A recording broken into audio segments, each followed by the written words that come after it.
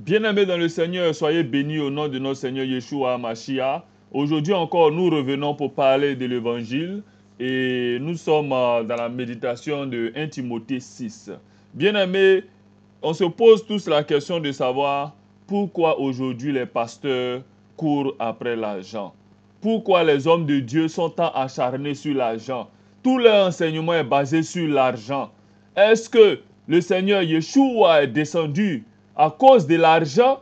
Il a dit donnez à César ce qui est à César et à Dieu ce qui est à Dieu. Bien-aimé, si tu veux manger, il faut travailler. Pasteur, prêtre, serviteur de l'Éternel, comme simple serviteur laïque, bien-aimé, sachez que nous devons travailler pour pouvoir manger, pour s'occuper de notre famille. Arrêtez de dépouiller le peuple. Et vous le savez bien, il y a un seul Dieu et un seul médiateur entre Dieu et les hommes. Et comment ces pasteurs réussissent à dépouiller le peuple? Parce qu'ils leur font croire que c'est eux les médiateurs entre Dieu et les hommes. Ils ont crucifié le Seigneur pour prendre sa place. Et aujourd'hui, ils prennent plaisir dans le luxe. Écoutez ce que cette dame dit pour voir. Et nous continuons. Les pasteurs. Nous tous connaissons leur mission, celui de servir d'intermédiaire entre leurs fidèles et le Christ. Cependant, certains d'entre eux sont des hommes qui effectuent d'autres affaires en dehors de l'Église qui les font figurer parmi les hommes les plus riches. Encore, mes bien-aimés, continuer avec 1 Timothée 6. La Bible dit, 1 Timothée 6, 6, c'est en effet une grande source de gain que la piété avec le contentement. Car nous n'avons rien emporté dans ce monde et il est évident que nous n'emporterons rien. Bien-aimés, si vous avez les moyens et que vous pouvez aider votre frère qui est dans la foi, c'est une bonne chose. Nous n'avons rien emporté dans ce monde et nous n'emporterons rien. À quoi sert-il à ces pasteurs d'avoir des milliards dans leur compte? Tandis que dans leur communauté, il y a des personnes qui n'ont pas d'emploi. Il y a des personnes qui ont des soucis de santé. Il y a des personnes il y a des veuves, il y a des orphelins qui ne sont pas assistés. Bien-aimés, c'est vraiment terrible ce que nous voyons aujourd'hui. Tout le peuple, c'est-à-dire des peuples aveugles qui ne connaissent pas le Seigneur, qu'est-ce qu'ils font? Ils prennent tout leur argent pour aller donner à ces pasteurs et ces pasteurs, malheureusement, jouissent du luxe. La puissance de leur luxe est inégalée. Et même lorsque vous allez dans le grand magazine Ford franc-maçon, ce magazine dit que les pasteurs les plus puissants sont les pasteurs africains.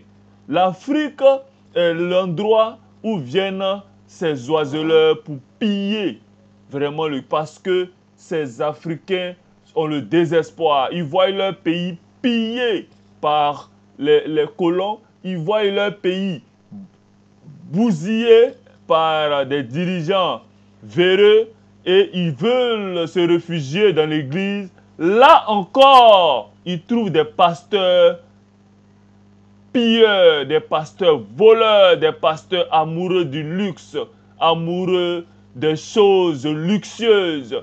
Ils ne prêchent plus la sanctification, la pureté, la justice, la grâce. Ils ne cherchent plus le royaume des cieux. Ils ont établi leur propre royaume sur terre, un royaume d'argent. Bien-aimés, fuyez ces hommes. Et moi, je vous dis ces choses afin que vous puissiez avoir un esprit de contentement.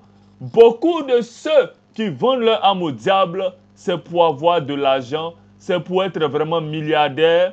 Vous connaissez la rue des milliardaires au Nigeria, en Côte d'Ivoire, à Paris. Beaucoup ont vendu leur âme au diable. Et la Bible dit dans 1 Timothée 6, le verset 9, mais, c'est-à-dire que si vous ne voulez pas vivre la piété, si vous ne voulez pas vivre, bien-aimé, avoir un esprit de contentement, la Bible dit quoi de vous? On dit, mais ceux qui veulent s'enrichir tombent dans la tentation, dans le piège et dans beaucoup de désirs insensés et pernicieux qui plongent les hommes dans la ruine et la perdition. Donc Satan met devant vous plein de choses bizarres pour lesquelles vous attachez votre âme et vous êtes pris au piège. Bien-aimés, ne vous laissez pas prendre au piège. Ne laissez pas Satan s'accaparer de votre âme. Le but final de tout ceci, c'est votre âme. Ne laissez pas Satan s'accaparer de votre âme. Je vous en prie. Je vais vous parler de certains pasteurs qui sont devenus tellement riches et puissants qu'à eux seuls, ils peuvent éradiquer la pauvreté dans des villes et dans des pays. Mais ils préfèrent avoir le luxe et des serviteurs, du peuple sans connaissance les suit. Et vraiment, ce message, cette trompette est pour réveiller mes frères et mes sœurs qui sont encore dans ces endroits pour qu'ils puissent se réveiller. La Bible dit, car l'amour de l'argent est une racine de tous les maux, et quelques-uns en étant possédés, l'amour de l'argent c'est un esprit. Et comment délivrer quelqu'un qui est possédé de l'amour, de cet esprit, de l'amour de l'argent? On dit certains se sont égarés loin de la foi et se sont jetés eux-mêmes dans bien des tourments. Vous voyez un peu mes bien-aimés? Mes bien-aimés, vous voyez là où va cette quête d'argent, cette cupidité énorme. Je vous exhorte, mes bien-aimés, à vous réveiller. Je vais vous présenter ces pasteurs qui sont milliardaires, vraiment milliardaires. Tandis que Yeshua est descendu, il n'était pas riche. Ses apôtres n'ont pas cherché la richesse. Paul même dit que nous étions les balayures dans ce monde. Mais eux, ils sont à la quête de l'argent. Et dans toutes les églises aujourd'hui, c'est l'enseignement sur l'argent, l'enseignement sur la cupidité. Ils ont tiré ces enseignements des bibliothèques.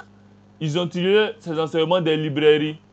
Et beaucoup de nos frères, comme ils ne lisent pas, comme ils ne s'attachent pas un intérêt à la recherche, alors ils sont séduits. Mes frères, mes sœurs, réveillez-vous. Votre âme en dépend. Je vous laisse suivre cette courte vidéo pour vous présenter ces pasteurs-là. Et vous allez voir beaucoup de choses. Shalom.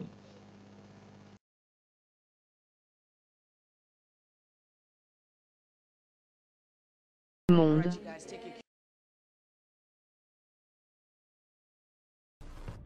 Compte tenu de son influence en Afrique, nous avons tenu à l'inclure dans ce classement. Ray Msekoli est un éminent chef religieux sud-africain, pasteur principal de Rhema Bible Church. Il est également président de la Fédération internationale des églises chrétiennes. Il possède aujourd'hui l'église la plus puissante en Afrique du Sud. Son église compte 50 000 membres, parmi lesquels des élites de la vie politique sud-africaine. La plus grande controverse concernant sa vie est liée au fait qu'il a divorcé 2 fois de suite. Cela a provoqué le départ d'une grande partie de la congrégation au cours des années 2000.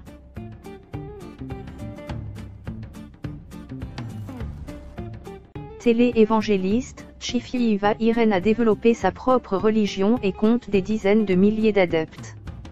Son église située à Vanda, en Afrique du Sud, lui a permis de devenir l'une des pasteurs les plus riches au monde avec un total de 35 000. Hubert Angel est le fondateur de Spirit Embassy, un ministère pentecôtiste du Zimbabwe. Décrit comme un jeune prophète charismatique, Angel voyage en hélicoptère pour prêcher le message de la prospérité. Il est également le fondateur de The Angel Organisation, société mère de ses autres intérêts commerciaux. Ce jeune pasteur de 39 ans est très populaire au Zimbabwe. Il possède une fortune qui s'élève à 60 millions de dollars.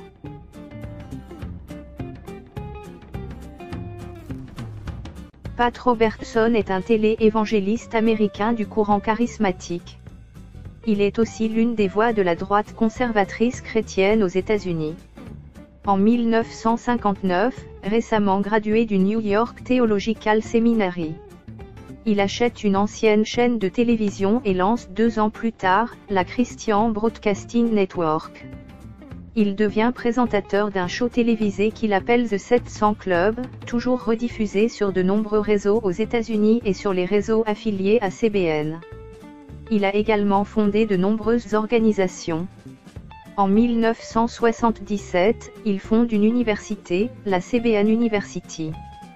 10 ans plus tard, il se présente à l'investiture du Parti républicain pour l'élection présidentielle américaine de 1988.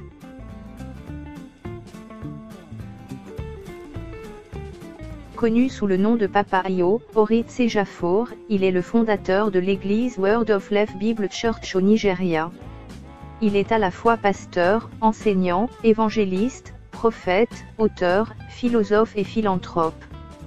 Avec ses 120 millions de dollars, il est un des plus riches pasteurs du Nigeria. Il a fait des investissements dans le système bancaire, l'immobilier, le transport et les médias.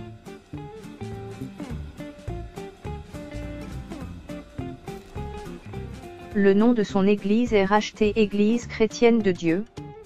Il a un mode de vie exotique comme d'autres riches pasteurs. En 2008, le magazine Newsweek place le pasteur Adeboye dans sa liste des 50 personnes les plus influentes du monde, notant qu'il a une réputation d'honnêteté. Sa fortune est estimée à 130 millions de dollars. Né le 27 septembre 1954, David Oyedepo est un auteur chrétien nigérian, architecte, prédicateur et fondateur de la méga-église Faith Tabernacle au Nigeria, et de Living Faith Church Worldwide, également connu sous le nom de Winner Chapel. Oyedepo est le pasteur principal de Faith Tabernacle, un auditorium de 50 000 places, considéré comme le plus grand auditorium d'église du monde par les Guinness World Records. Le réseau d'églises de la Winner Chapel est situé dans plus de 300 villes, à travers le monde, Afrique, Europe, Amérique. L'évêque Oyedepo est considéré comme l'un des pionniers du mouvement charismatique chrétien en Afrique. Il est également considéré comme l'un des prédicateurs les plus puissants du Nigeria. Il est le chancelier de la Covenant University et de la Landmark University. Il a été nommé en 2011 par le magazine Forbes comme étant le pasteur le plus riche du Nigeria. Le nom de son ministère est Kenneth Copeland Ministry. Son église est située sur un campus de 1500 hectares, soit près de 35 fois la taille du Vatican.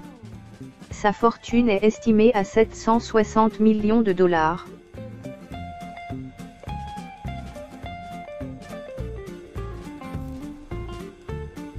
Ne vous amassez pas des trésors sur la terre, où la teigne et la rouille détruisent, et où les voleurs percent et dérobent. Mais amassez-vous des trésors dans le ciel, où la teigne et la rouille ne détruisent point, et où les voleurs ne percent ni ne dérobent. Car là où est ton trésor, là aussi sera ton cœur. L'œil est la lampe du corps. Si ton œil est en bon état, tout ton corps sera éclairé. Mais si ton œil est en mauvais état, tout ton corps sera dans les ténèbres. Si donc la lumière qui est en toi est ténèbre, combien seront grandes ces ténèbres? Nul ne peut servir deux maîtres, car ou il haïra l'un et aimera l'autre, ou il s'attachera à l'un et méprisera l'autre. Vous ne pouvez servir Dieu et Mammon. C'est pourquoi je vous le dis, ne vous inquiétez pas pour votre vie, de ce que vous mangerez, ni pour votre corps, de quoi vous serez vêtus. La vie n'est-elle pas plus que la nourriture et le corps plus que le vêtement? Regardez les oiseaux du ciel. Ils ne sèment ni ne moissonnent, et ils n'amassent rien dans des greniers, et votre Père Céleste les nourrit. Ne valez-vous pas beaucoup plus qu'eux? Qui de vous, par ses inquiétudes, peut ajouter une coudée à la durée de sa vie? Et pourquoi vous inquiétez au sujet du vêtement? Considérez comment croissent les lys des champs. Ils ne travaillent, ni ne filent. Cependant, je vous dis que Salomon même, dans toute sa gloire, n'a pas été vêtu comme l'un d'eux. Si Dieu revêt ainsi l'herbe des champs qui existe aujourd'hui et qui demain sera jetée au four, ne vous vêtira-t-il pas à plus forte raison, gens de peu de foi? Ne vous inquiétez donc point et ne dites pas « Que mangerons-nous? Que boirons-nous? De quoi serons-nous vêtus ?» Car toutes ces choses, ce sont les païens qui les recherchent. Votre Père Céleste sait que vous en avez besoin. Cherchez premièrement le royaume et la justice.